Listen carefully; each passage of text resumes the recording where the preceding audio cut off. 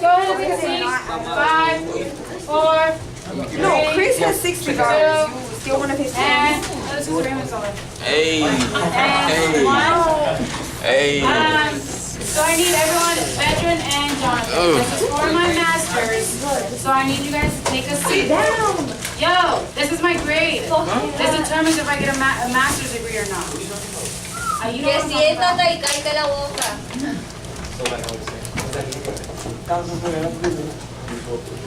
Alright guys, go ahead and take a seat. I'm going to take attendance. Hey, can you record your lights up? Yo, question is 30%.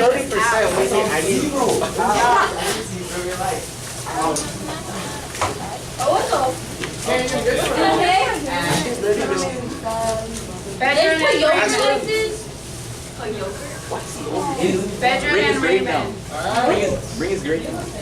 Precious, go to class. What class are you in? Oh my god, I don't want to make I know he has a sub, so I need you to leave. Yo, like seriously. My patience is out the room. Get out. Can you hurry up? Alright. So, quick question. Raise your hand if you guys received my Google Classroom. Did you guys see both of the post trainings? It shouldn't be out. It should really not be out. I'm not gonna allow you guys to charge it again. Like seriously, it's the same thing. You gotta stand up and walk over there and grab it. It's not the same. Veteran, I'll wait. I was skipping playing basketball. Did you work? No, I wasn't. Yeah, you were. We're gone for like 15 minutes. I was right over there in the restroom. No. You came back too late. Either way though, you said I was playing basketball. That is You were. that is something that you need to talk up with me during lunch and not in class time. I know, but still, I just thought about it. Alright guys, for those of you that see my Google post, did you see the music video that I posted? Not the music video, it was just a video. Did you guys see it? I saw it. Which video was it, Brethren? No, I didn't see the video. I just saw you posted it. Alright, well, even then, if you did not see it, you guys, it should have been blowing up your social media, because it was blowing up my social media. So, on Friday night, they did a reopening of Webster Hall. It's this really famous place, and then Jay-Z reopened it, and he came up there. But what's really cool about this, I thought was really cool, is that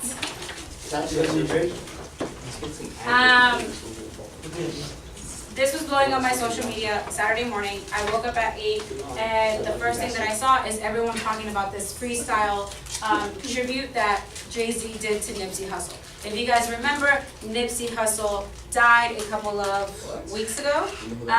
He got shot in plain sight in a parking lot, right? He got shot, and so you have Jay-Z, and everyone loved Nipsey Hussle because he did so much for like the black community. He empowered them. He like tried to bring his community back up. Yeah. So, Jay-Z did a tribute to Nipsey Hussle, and I'm only going to show you guys, this is 3 minutes long, but I'm only going to show you like the first minute, because as soon as I saw it, I'm like, oh my god, we just talked about this in class. See if you guys can identify within that first like minute how we talked about it in class. Yeah, eye roll. That was wisdom. No, I know it was wisdom, which is why I look at wisdom. So, can you get the lights, please? Go ahead and get the lights. Go ahead and get the lights, Veteran. See if you can make the connection between what we just learned in class. It's only going to be the first minute. It's going to be very obvious. To anybody still confused as to what he was doing. Everybody in the hood that he was trapped. The red line will probably decline since you live my life. think they hear me go. Gentrify your own hood, but these people do it. Claim eminent domain and have your people moving.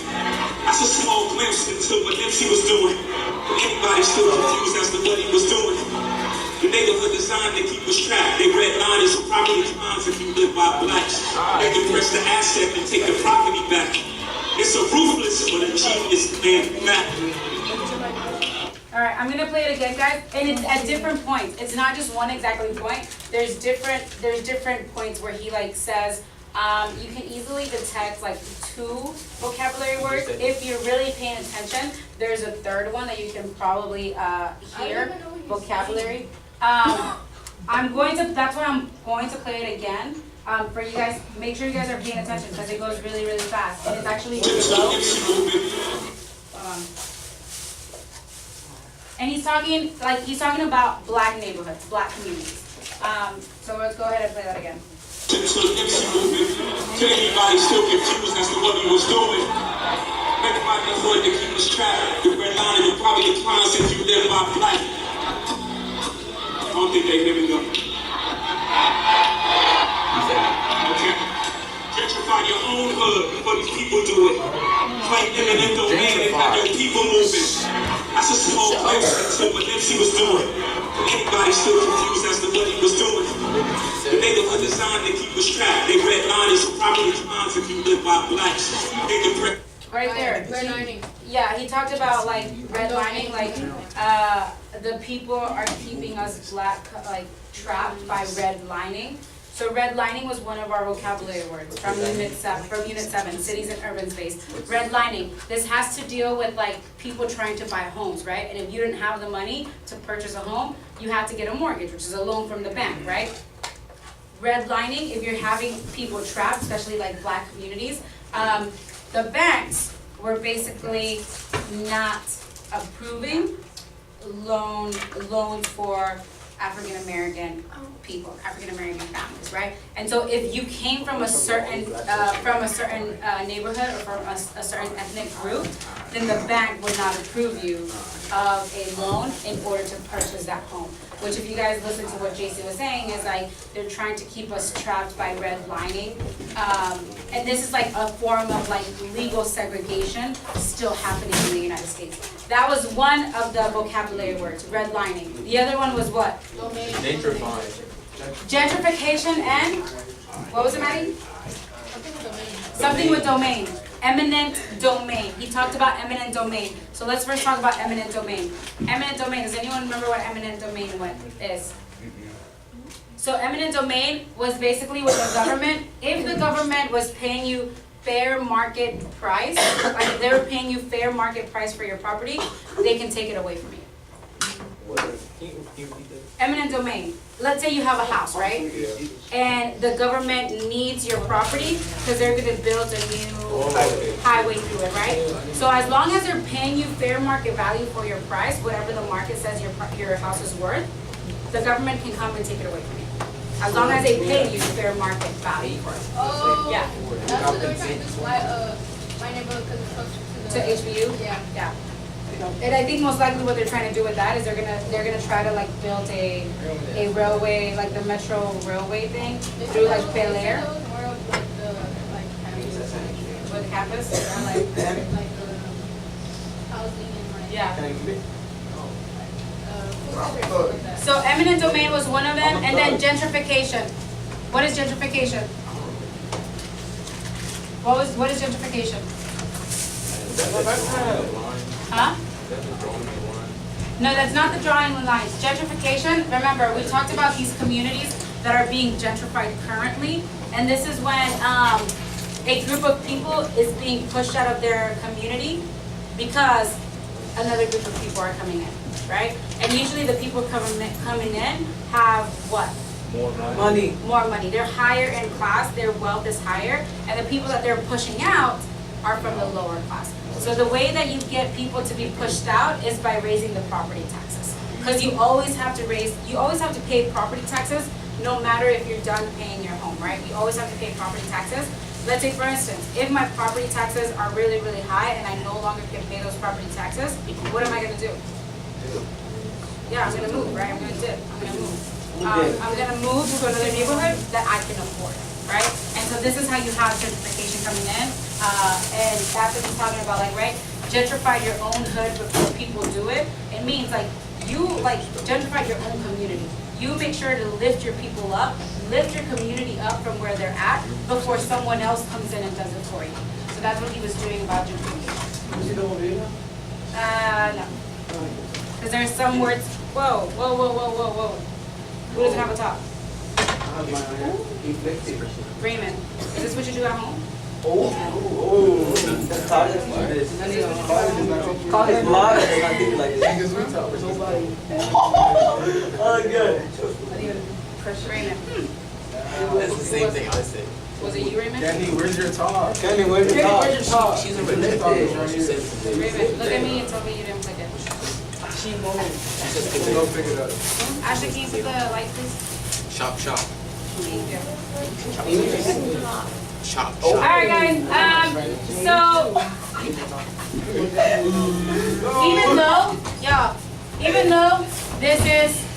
even though this is like a human geography class, and even though this to you might be like more educational stuff, you see the stuff every day. Like you see it every day when you're like walking down like school, when you're like driving around, when you're looking at farms or whatever. Like you see this almost every day, everywhere that you go, which is why it is so hard for me to like walk around and not think of like this class. Someone in my other class asked me like, why do you wake up and think of human geography? I was like, it's not that I woke up and thought of human geography. It's like I looked at my social media, saw the video, and then it's like boom, it was right there. Like human geography is everywhere that we are. It's your FBI in your phone. Yeah. All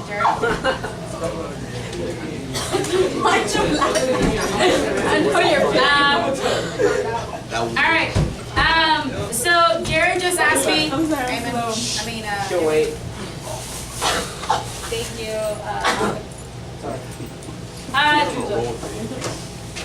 Jared just asked me right now if I finished grading the FRQs.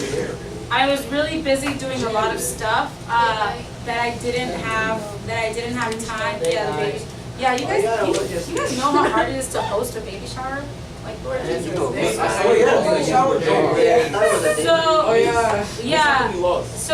So here, like my cousin's wife, which is he's literally like my brother. My cousin's wife asked me to host her baby shower, and when you host a baby shower, that means that you plan it, right? Like I was the one in charge to plan everything. I was supposed to plan like the baby shower games. I bought the gifts. I bought everything. I have a problem. I need to learn how to say no. I always say yes to everything. Not like that. I mean, like if people ask like a favor, like to do something for them, I usually do it, even though if I can. But with that being said, that was this weekend. I wanted you guys to be as prepared as possible. We have 2 more weeks until the AP exam. I wanted you guys to be as prepared as possible for the AP exam. I'm gonna show it around and I'll pass it around. I'm gonna show it and I'll pass it around. I didn't want you guys to spend like $20, $40 because that's how much these prep books cost, like $20 to $40. I didn't want you guys to go out and like purchase $40 of a prep book.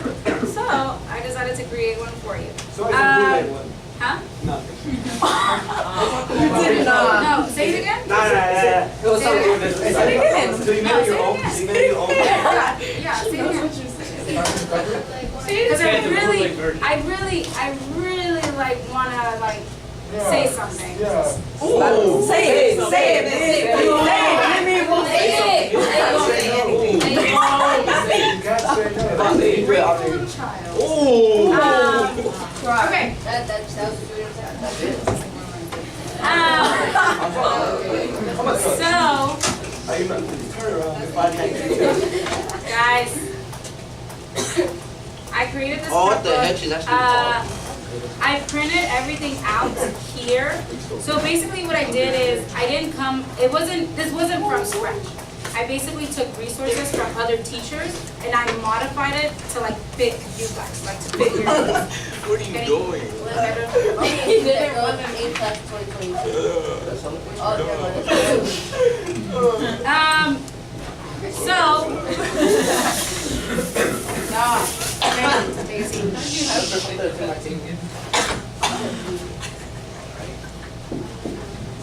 Oh, wait. So what I did, guys, is when you open it, like it's the cover, yes, then you have your table of content. So what I did is I thought of something of like when I was in AP exam, or when I was in high school, I didn't like to have papers everywhere. I wanted to have everything in one like specific location so I could easily get to it. And so I thought, okay, so what is that one thing that I want to have with me when I study? And I want to have some type of like book, some type of prep book. Are you ready? Are you ready? So the first thing you see on here is a table of content. That way, if you need to get to a certain page, if you need to get to a certain topic, you can easily go that, right? I even broke it down, the workbook, which is at the end, I broke it down by unit. If you want to work on unit 6, you go to that page. If you want to work on unit 7, you go to that page, right? And so I broke it down that way. Another thing that I have in here is the standards, right? So you guys know, in order for me to teach you, I have to know what standards I have to teach you. And so I thought it would be really important and really good for you guys to know the standards that I have, that I need to teach you guys. So this basically tells you everything that you need to know for the AP exam. From topics to vocabulary words, everything from unit 1 to unit 7. Then you have some exam tips on here. These are the tips that we went through last class period. And I also did a calendar. I love to have calendars because I'm the type of person that likes to plan, right? And so something very simple where it's like the month of the last week of April to like the last week of May, to the month of May, what I did first is my non-negotiables, right? So I wrote down when my AP exam is. That is like a non-negotiable date. I also wrote down when I had other assignments due. So for instance, I'm right now like finishing up my master's. So I went ahead and added when my certain assignments were due, as well as when I had like certain interview dates or like when I had certain things, right? I also did